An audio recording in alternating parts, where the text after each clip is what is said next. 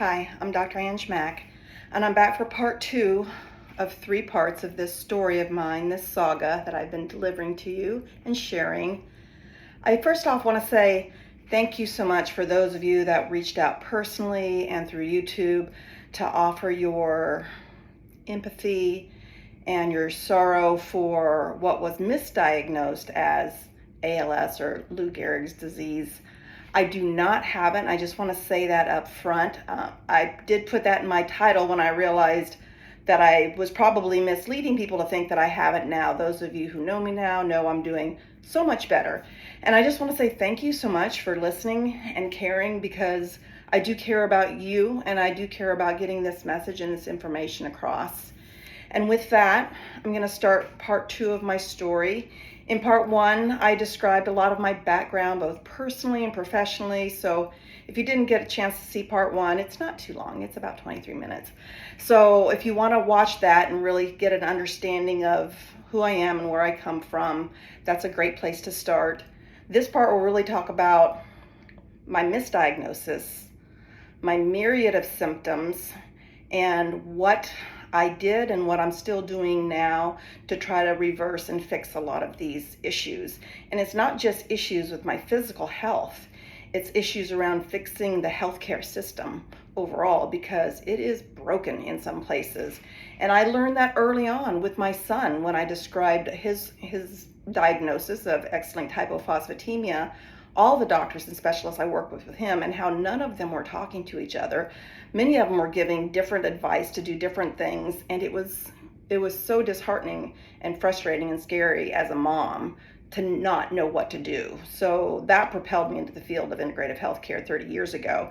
And here I am back helping myself, trying to figure out what was going on with me, what is going on with me, how I can fix these things, and how I can help the doctors really learn to listen to their patients and work with them one-on-one and have this shared decision-making process happening. It's, in the end, all about you as an individual and what you feel is right for your health and how you want to live. So it's best if our doctors can also understand that, and many of them do. Many of them are absolutely fabulous. But I encountered quite a few in this journey that I'm going to talk about that didn't do this. They didn't listen. They didn't understand. They did dismiss me. They did disregard my pain, my symptoms, my feelings. And these are some of the things that I aim to change with my consulting work and what I'm doing now with my life and my career. So to get us started, and I actually had to write these down so I wouldn't forget, I want to describe some of my symptoms. So women that are feeling some things now, maybe in their 30s and 40s, won't blow them off. Will actually get these issues looked into if they seem like they're bothering them in any way, or they seem to have progressed, or if doctors have already told them we can't find anything, that there's probably nothing wrong with you. It's all in your head. Here's an antidepressant. Here's an ibuprofen. Whatever their doctor may have said to them, because the doctor couldn't figure out what was going on.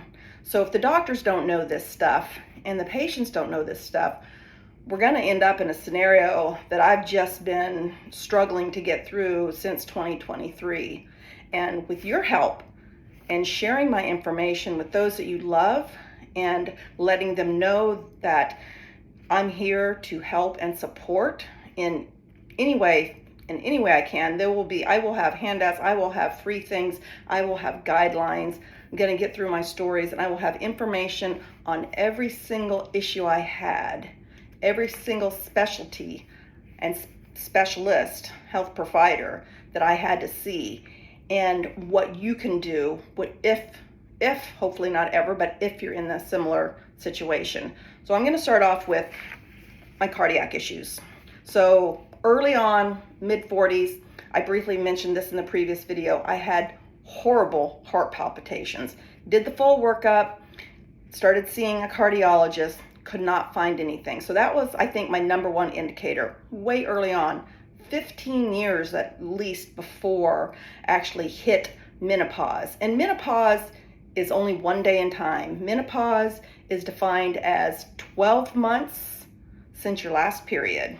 Boom, one day. So it's just a word to help us get before menopause, perimenopause, and after menopause, postmenopause, but it is really just technically one day.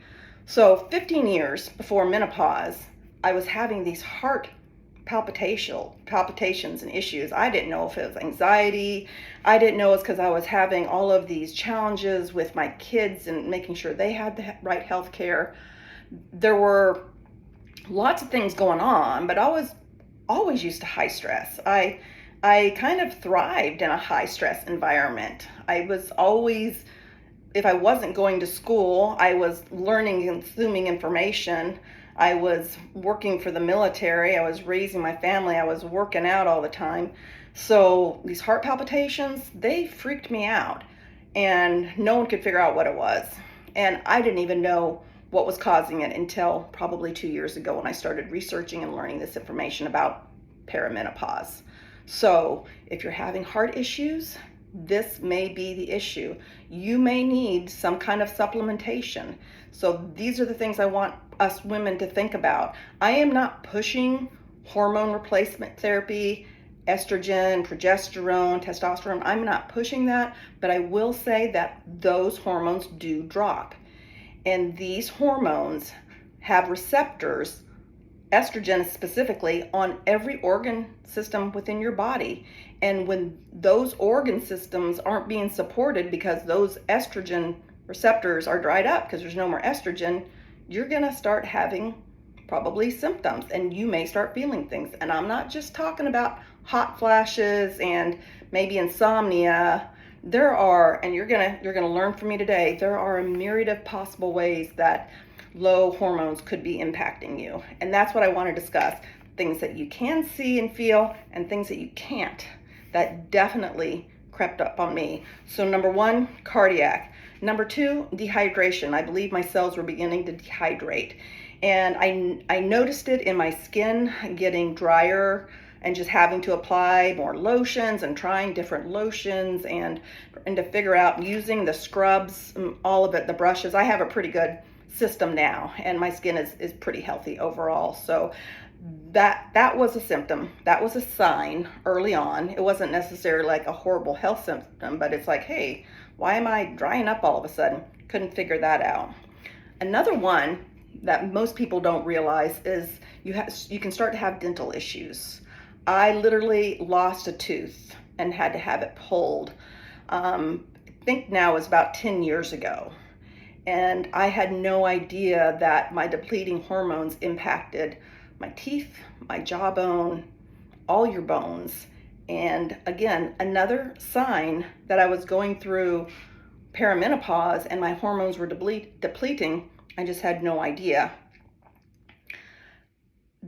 The other part kind of goes along with cardiac is my blood pressure was starting to rise over these last 5 or 6 years from today. Every time I went in to the doctor, just like you get your blood pressure taken. And over the years, I went back and looked at this. I didn't know at the time my blood pressure got higher and higher and higher. Again, no idea. Didn't think it was a thing. I'm like, I don't have high blood pressure. I work out. I'm doing triathlons.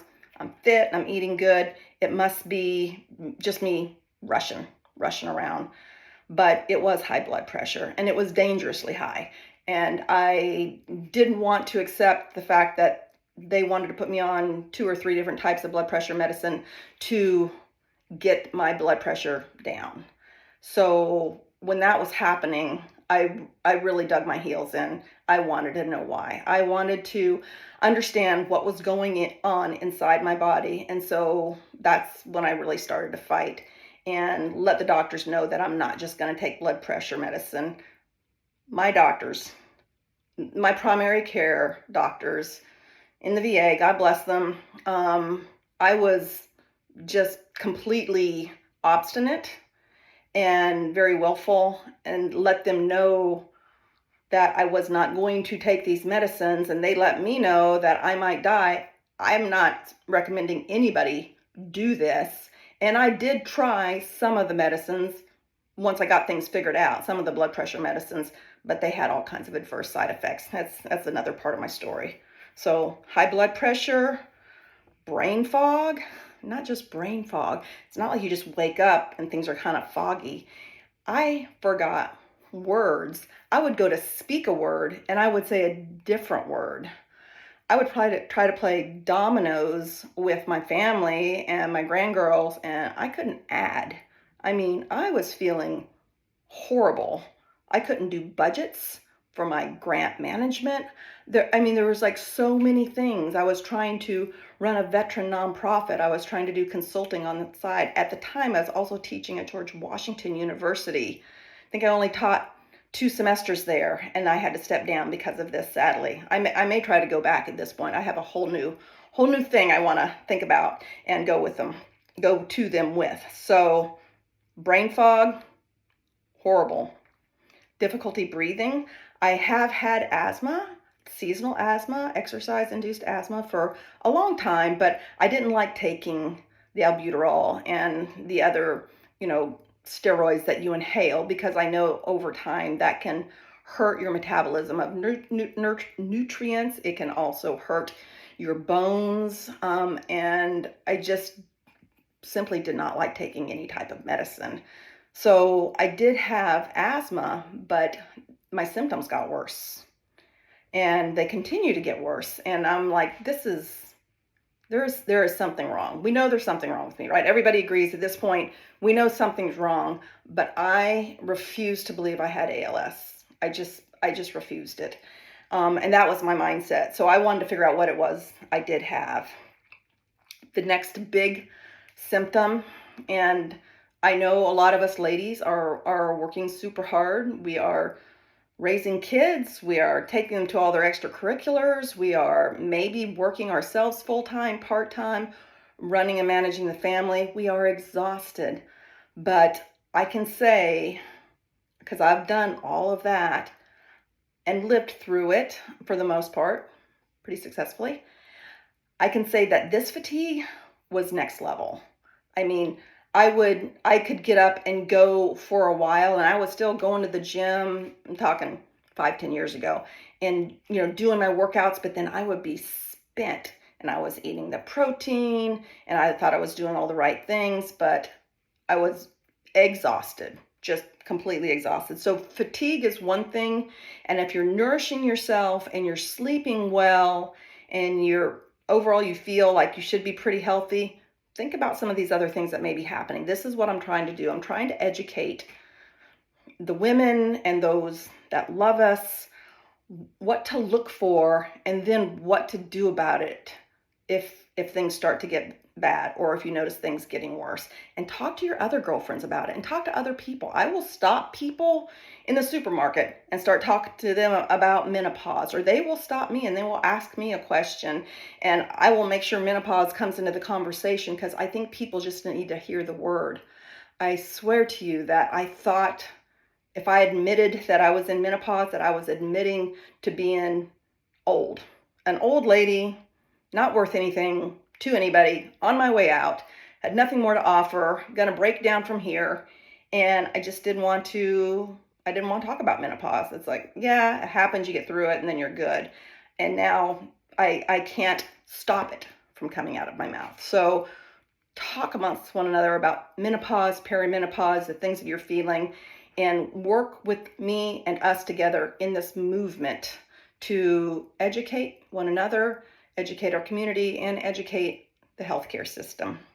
So extreme fatigue. The other piece, and I'm telling you, I don't know how many symptoms I have here. I have 20 of the ones that I could remember off the bat. So the next one here, I'm on number 7, my eyesight. And I know when we get older, our reading vision goes, but this wasn't just reading vision. I'd had reading glasses, or, readers for a couple years that I hated using them, but I used. But this was distance vision, and this was night vision. And I was feeling my eyes drying out and hurting, and I was seeing flashes of light. And I knew these things weren't normal. So yes, dry eyes, vision issues, these things can be related to perimenopause and diminishing hormones.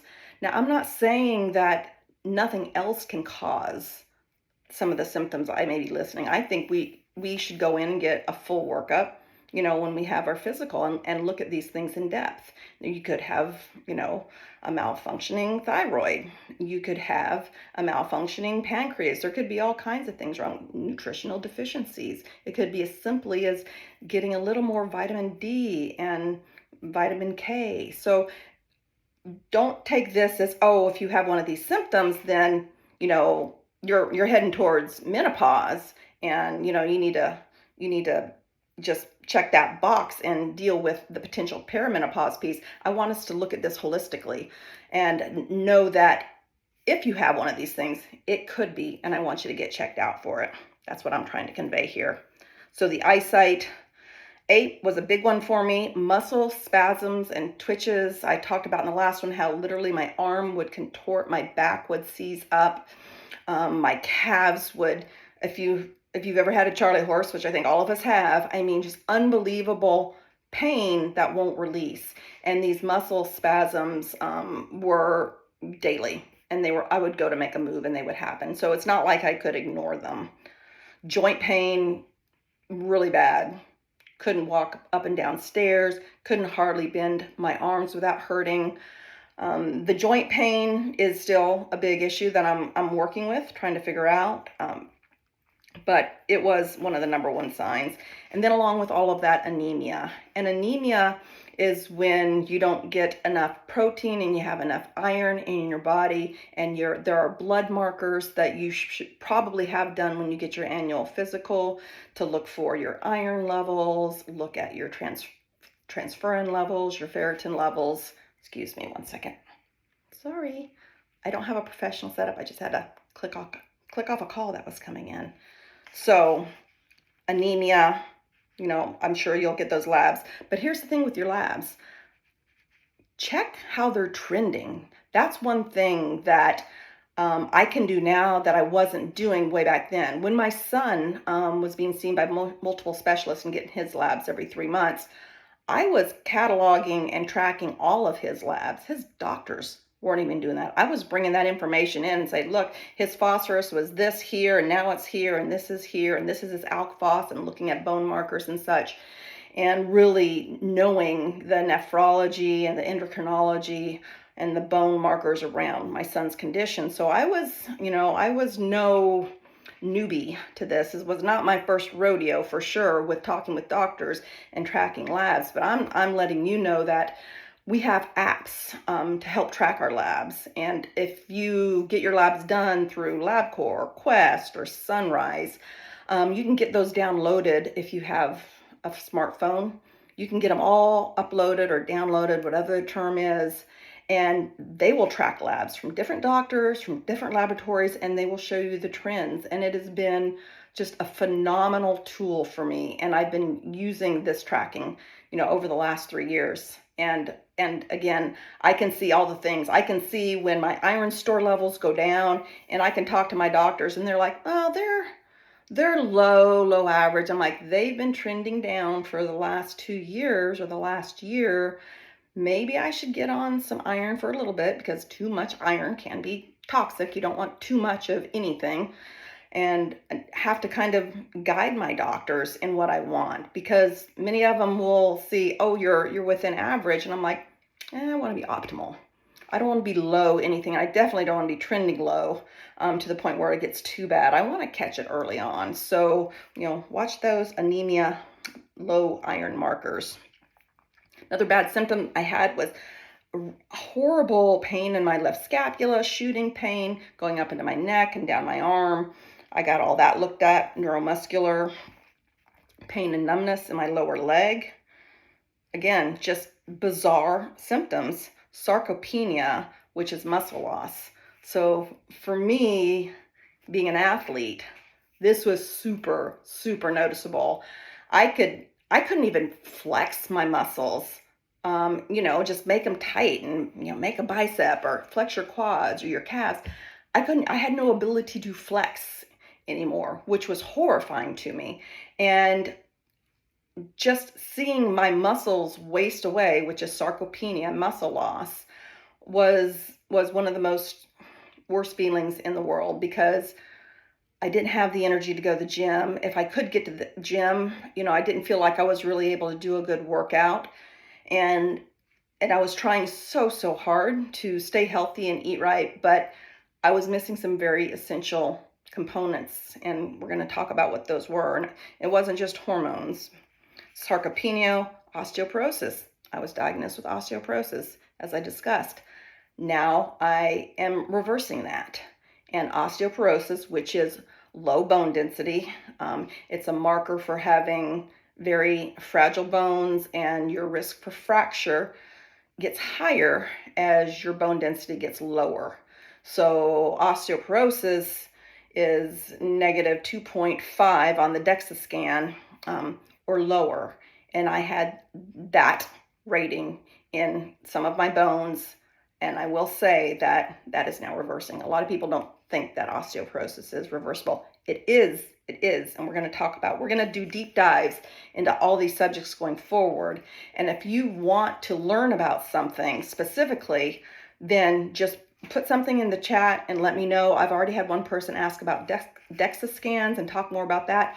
That is going to be my next, I'll do a shorter video just on DEXA and bone density, because I believe everybody should get it. There are some issues around DEXA and using DEXA. It's very low level x-ray, so it's not super harmful. You're not getting irradiated too much, but that's going to be another video. Please let me know if I touch on something that you're experiencing and you want to know more about. I will be getting into all these like super deep dives, so you'll be able to go back at some point and find what you're looking for. Oh, here's a fun one. Incontinence.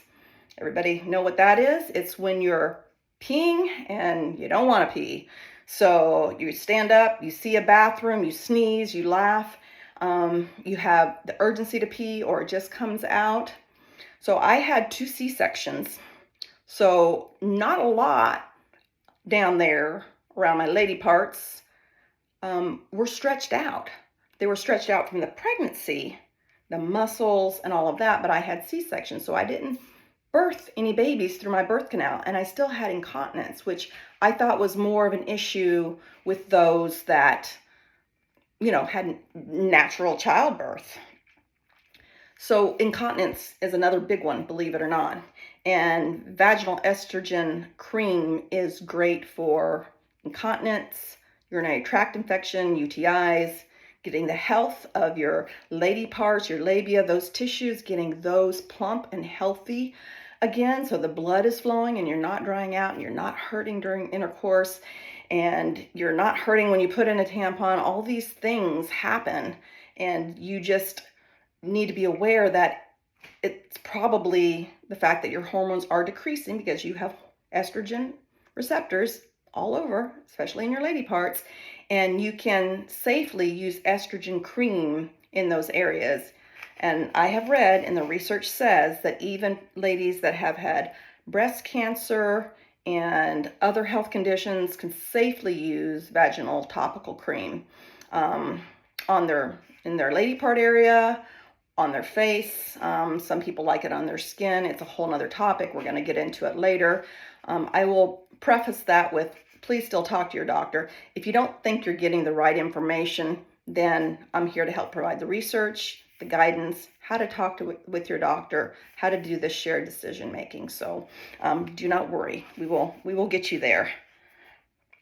Constipation, another great fun one. I honestly believe, and I think this is proven now from the research I've read and the case studies I've read, when someone has constipation and they're not pooping once a day, or at the very longest once every other day, you have a backup of toxins in your body because it's not getting out.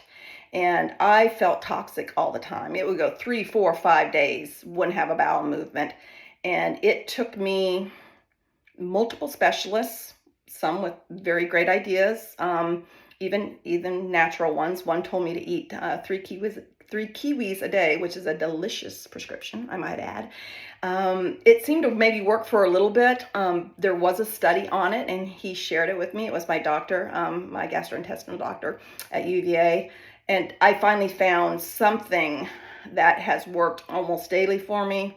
And again, I'm not going to recommend anything at this point, but I am going to share all of these bits when I do deep dives into these individual subjects. So rashes and weird outbreaks, especially when they were trying me on different blood pressure medicines. Oh, it was horrible.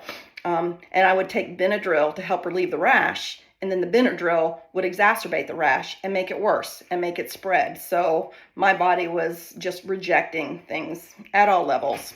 Autoimmune issues. There is a rise in autoimmune issues with women when their hormones go up, and that could be during pregnancy, and it could be, or when their hormones fluctuate, I should say, during pregnancy and during perimenopause and menopause, when your hormones are fluctuating. There's research that shows that autoimmune conditions get either triggered and exacerbated if things are just kind of laying latent in your system and things haven't bothered you.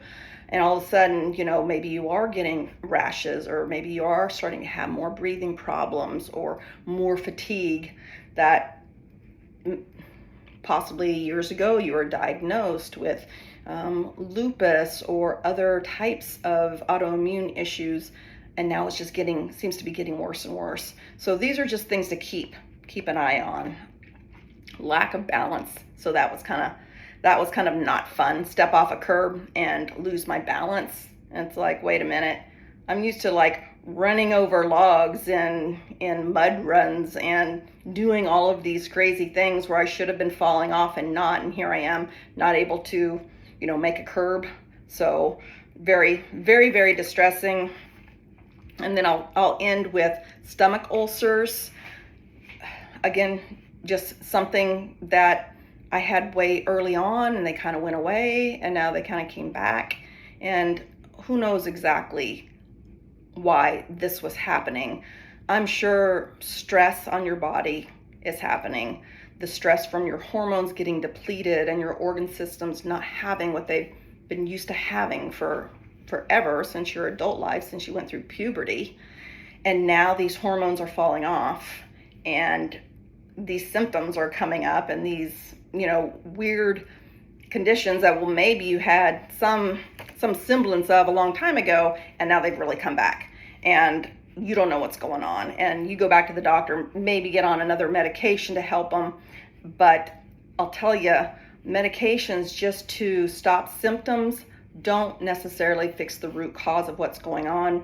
I want everybody to be out of pain and to be healthy and not feel any of these horrible symptoms. But I also want you to take care of yourself holistically and try to figure out what may be the root of these issues. And if it was stress that was making emotional stress from just, being told I had ALS, that might cause a little stress and distress, or the physical stressors going on in my body because the lessening of hormones in my system. I don't know. I just know my ulcers and the pain had all come back. So it's my list of 20 symptoms.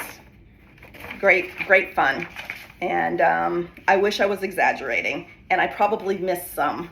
So if you are in perimenopause or in that menopause range and you're starting to have some symptoms that you're wondering about, or you just want to share, go ahead and leave me a comment. I think everybody benefits when people start to comment and talk about what's going on, and that's what I really want to do. At some point, I would love to have a group, either YouTube or Facebook, just kind of a side group where we can talk about these things that get super personal, that maybe you don't want to put on a public chat, which I get. And I after I get through these initial sharings of my stories, I'd like to do that with us and be able to talk and educate one another and support one another. So with all of those symptoms, let's see, I think I got them all here. I had to see doctors. So again, I'm gonna quickly list off these doctors and these specialists and tell you a little bit about why I saw them.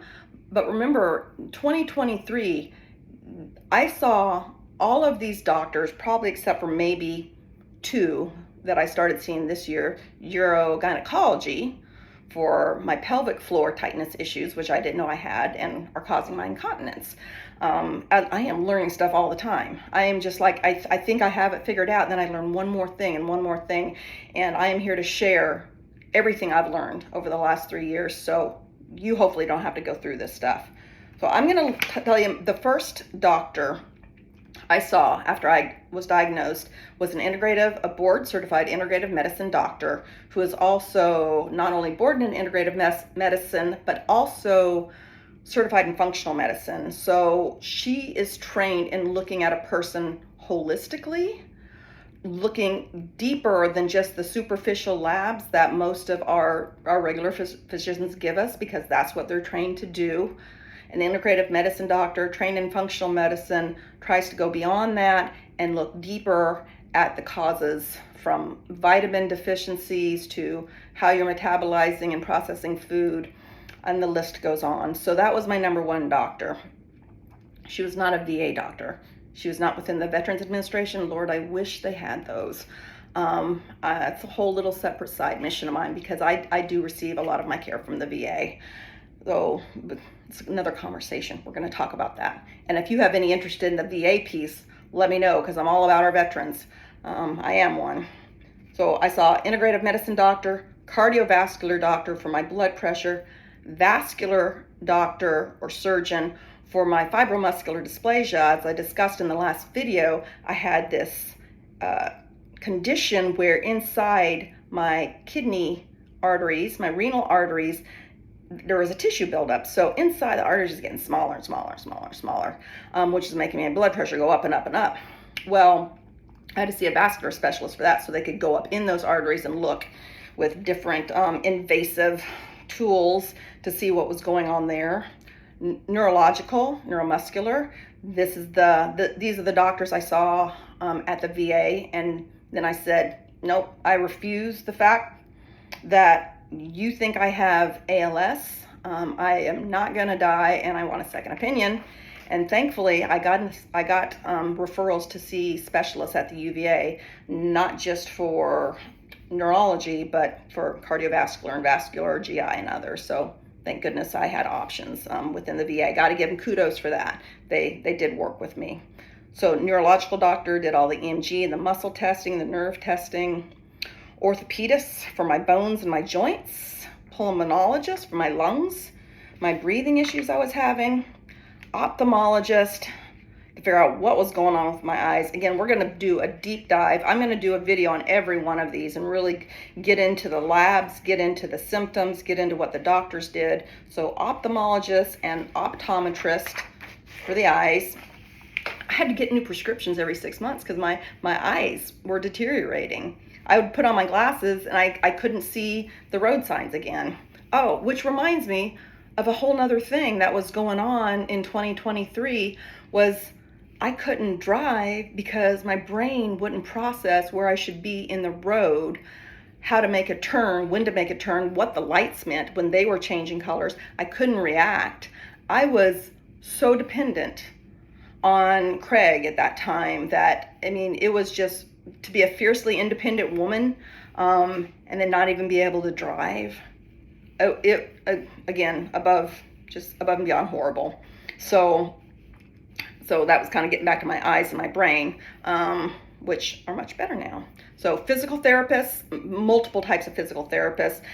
The other therapist that I didn't put on here was myofascial release. Myofascial, so you have fascia, it's connective tissue all over your body, connecting your head, your scalp down to your toes.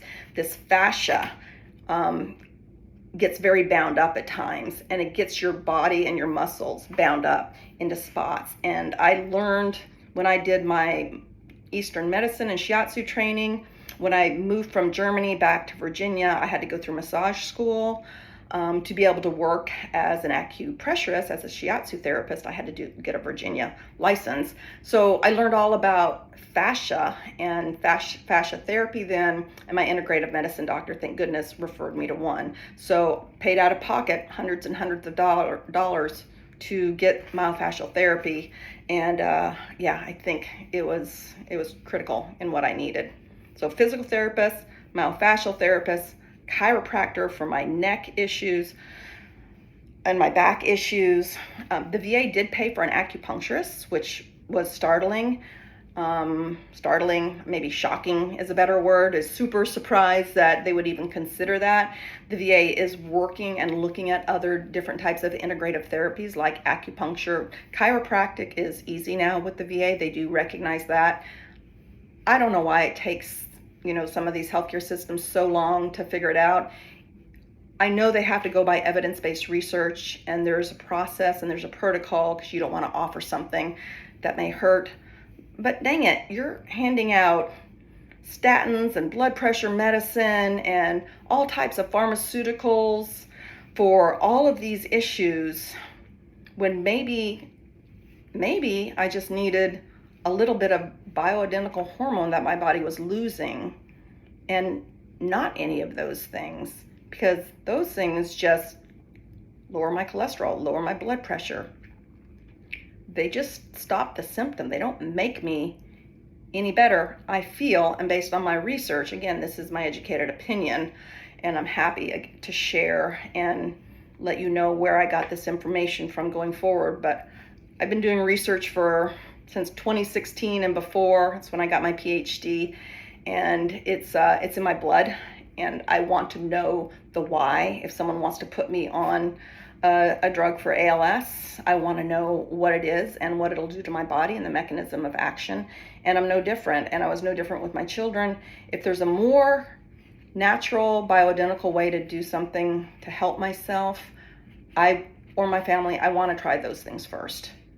And if there's something urgent, like I break my finger, like I did, I broke the tip of it at the gym a couple weeks ago. Actually, it was this finger. But anyway, then I'm going to go probably to the emergency room if something is critical, or if there's something going on that I haven't been able to manage with these more natural to your system therapies and supplemental therapies.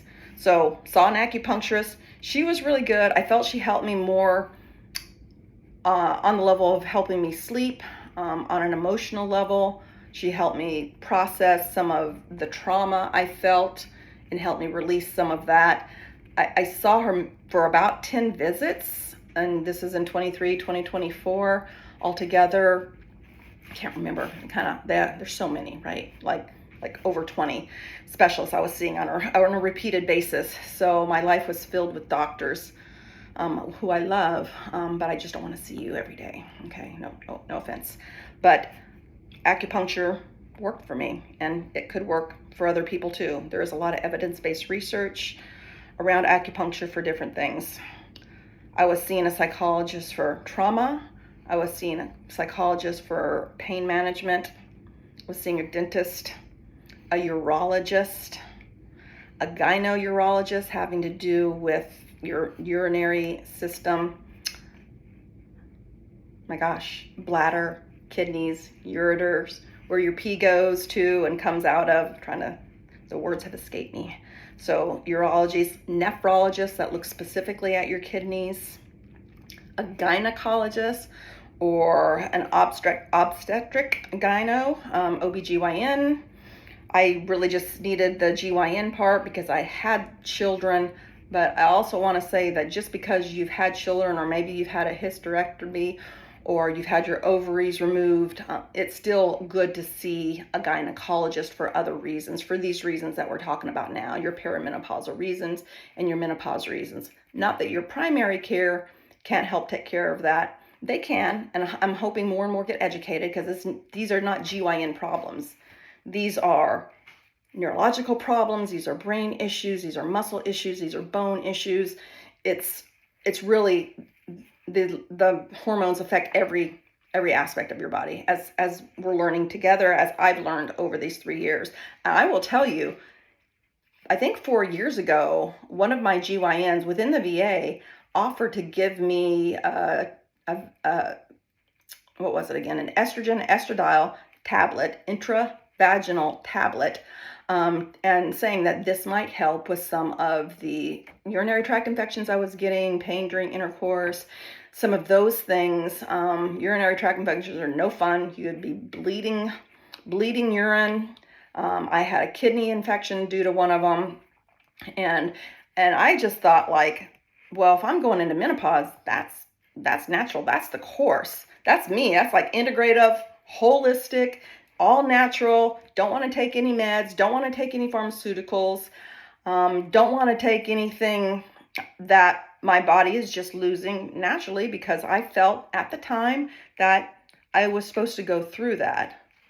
Lord knows, if I would have understood all of the potential downstream effects that would have happened, I would have said, let me start this now, plus what else you got? Let's look at the table, what can I do to stop some of these, prevent this? I'm all about prevention, integrative healthcare, lifestyle changes. It's all about preventing all of these disease and health conditions. So I saw nephrologist, that's where I was, gynecologist, rheumatologist for autoimmune issues, gastrointestinal doctors, GI, to figure out why I was always constipated, why I wasn't swallowing well, all kinds of strange, the stomach ulcers. I mean, they looked at me top to bottom, couldn't really find a thing. Now I'm starting to know. And then lastly, I was seeing an allergist because I was reacting to all the different blood pressure medicines. So they thought maybe it was a component within the pharmaceutical, not necessarily the active component that was making my blood pressure drop, but whatever they mixed it with. Sometimes they compound your pills with different inactive, supposedly, ingredients, and people can react to those. So they had really no way of checking to see what was going on. They thought maybe it was some histamine issues, like my mast cells, my histamine was rising. Again, a topic for a whole nother video. So there it is. You got all my symptoms. You got all the specialists I was seeing, just ongoing for a year. I mean, it was, I swear, every day I felt like I was seeing 2 or 3 doctors, and still running my Veterans Association. I was still working at least 40 hours a week as my part-time work. Doing that, I did drop off of George Washington. I was not doing consulting at the time. I barely had enough energy just to run the nonprofit. But this is what I did. The first thing I did, and I'm not saying this is for everybody, but I refused the diagnosis of ALS. I was too young to die. I was too young to give it up. And I wanted to get second, third, fourth, fifth opinions, whatever I needed to get to figure out what was going on with my body. Yes, there were obviously some things wrong, but I didn't want to believe it was ALS, so I didn't. So that was the first thing I did, honestly, was I shifted my mind. That was after a whole lot of research. I researched all about ALS, the symptoms, what causes it, what can help it, what can hurt it, just everything. The next thing I started to do, and I encourage everyone to do this too, was I catalog. This is my book of all my doctor's appointments. I moved from this book to putting everything into Excel spreadsheets, which had all my symptoms, when they started, how bad they were, every lab test, every out of range or close to out of range lab result, every scan. I mean, I cataloged everything, and I want you to do the same. Maybe not everything, but please list your symptoms, when they started. Track your periods. If you're not through the menopause, if you haven't done that 12-month without a period phase, still track when your periods are. Track any symptoms you might have. And when they crop up, it's like, oh geez, I was really having some bad, stomach problems, and then I got my period, but I never had stomach problems before. So, what's going on here? Just try to pay really close attention. I know I am like over the top when it comes to tracking data as what I do. Part of me loves to do it for myself. I hope I never have to track another piece, but I am, because I want to know. I want to know for me, and I want to know for you, and I want to know, what the solution is. So start to catalog your symptoms, the data when they happen, and then if you have any labs associated with these, like, I was feeling super fatigued, but then I had my thyroid checked and my CBC panel, and looking at all the blood markers and the possible anemia markers, put those in there too. So you may be feeling something that may not quite show up on a lab yet. So you kind of want to know yourself, and I can't stress that enough. Really intuit, know yourself, and start to follow these things. I mean, it means a lot to know how you're responding and how you're feeling. Let's see. Oh, I bought an iWatch too. An expense I never thought I would make until I found out it could track my sleep and my sleep cycles. It track my steps. It tracks my heart rate. You can even do your EKG, your heart rhythm. If you ever see on TV or ever been in the hospital where they hooked you up to an ECG, you can see your heart, EKG, you can see your heart rhythm. ECG is a different thing, but similar. So that's my first thing is like catalog. First of all, believe that you're going to get healthy. You got to believe it. Mindset and mind shift is everything. You got to believe you're healthy, and then what are you going to do to get healthy? So catalog. The third part was detox. I felt like I ate pretty clean anyway, but I wanted to make sure I just reduced the toxic load in my body and my environment on my body as much as possible. So I detoxed everything, got all types of chemical cleaning solutions out of the house, tested the water, which is, I guess, my other subject line here, looking for molds in the house. I had our guy that came out and sprayed the lawn with pesticides, stopped that guy from coming out, looked in all the lotions I put in my body, shampoos and things that I put on my hair, got these products where they didn't have anything that hopefully I would react to or anything I could absorb into my system. So anything I could breathe in from the environment or anything that I consumed, I wanted to make sure was as pure as possible. And that's staying out of exhaust-filled cities, which probably have exhausted people in them. So I'm really sensitive to smells anyway, so I felt like it was probably the smells and the toxins in the air, I think, were having an impact. But you ignore these things. I mean, you can't let every little thing bother you. You push through. That's what I always did. But I took a very hard look at all of these things, and I detoxed it from every angle that I could at every level. So that was the third thing. I did almost every lab imaginable. I did an infectious disease lab to see if there was virus in my body floating around that I didn't know about, mold test within my body, metabolite test to see what was going on with my hormones and other metabolites. I spent thousands and thousands of dollars to figure out what could be making me sick, because again, ALS was not an option. I also made a plan to incorporate stricter meditation and to reduce my stress level, because I know that when my heart rate gets up and my stress level gets up, that my blood pressure gets up. So I was doing things very, very intently, like meditation and deep breathing and Wim Hof breathing, which I had learned about, but I made a strict schedule. I'm like, this is my plan. This is my daily program. I'm going to make sure I take care of myself first, which was a very foreign concept after taking care of kids and husbands and houses and other people and veterans. I just had to take care of myself first for now. And not just for now, but in that everything else had to wait after I did these things for myself. So meditation, eat foods that were not inflammatory. So looking at those non-inflammatory diets, I'm trying to stay away from things like gluten and dairy, and an elimination diet is what I did a couple different times. So like eliminated all possible inflammatory foods. You can find this, what a detoxing elimination diet is, and then you slowly will introduce like one thing back and see how your body reacts. But I think you really have to be intuitive, because you may not have a rash or a bad stomach pain or something like that. So really get yourself in a good place if you're going to do an elimination diet, so you can focus on what you're feeling, what's going on inside your body. So anti-inflammatory foods, looking at various supplements that were prescribed to me by my integrative medicine doctor, and also ones that I've researched online for myself in conjunction with my integrative medicine doctor. She always knew everything that I was doing. And last, I would try to exercise as much as I felt I could, even if that was walking, walking around the neighborhood. Some I couldn't hit the gym like I was used to.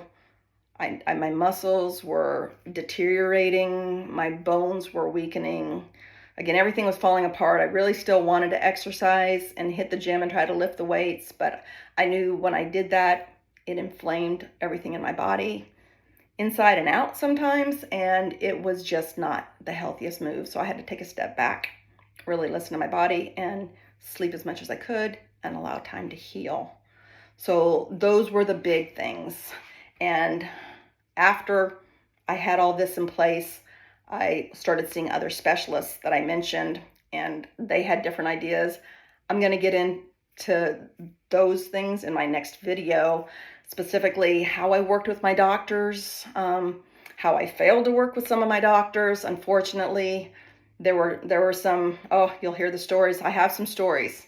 Oh my gosh. And then how I'm doing now. And I will say, I am doing much better. So thank you to everyone that reached out and was so concerned about me. Now I'm doing just so much better. I'm not 100%, but I feel like I'm a solid 75. And 75% compared to 10 I was feeling, 10% is huge, right? It's a huge improvement. So I wish the best for you. I'm hoping you're learning something from what I'm describing and explaining and sharing. A lot of this is very personal. Again, I'll develop some private groups that we can join together to really dive in if you don't want to leave any kind of personal comments. But if you do have something to say and something to share, please do it. Everybody benefits. We need to come together. And again, if you liked this information, hit the like so I know that you liked it, because that helps me and inspires me to want to continue to share and help others, and subscribe as well. And please share with your friends if you feel it might help them. I'm not out to be a super influencer or whatever they're calling these people today. I'm building a practice and a framework for other women to take care of themselves, recognize what's going on in their bodies, how to take care of themselves, how to prevent a lot of these things that happen to me, how to work with their doctors, hopefully. And if that doesn't happen, how to find the doctor that will work with you, because we deserve to be healthy. We don't deserve to struggle and to be in pain, even though I know we can push through. Let's just recognize what's going on for real and take care of it and take care of ourselves. So with that, I want to say thanks for joining me today. This is Dr. Ange Mack, and I look forward to sharing the third part of my story with you, hopefully next week or very soon. Bye.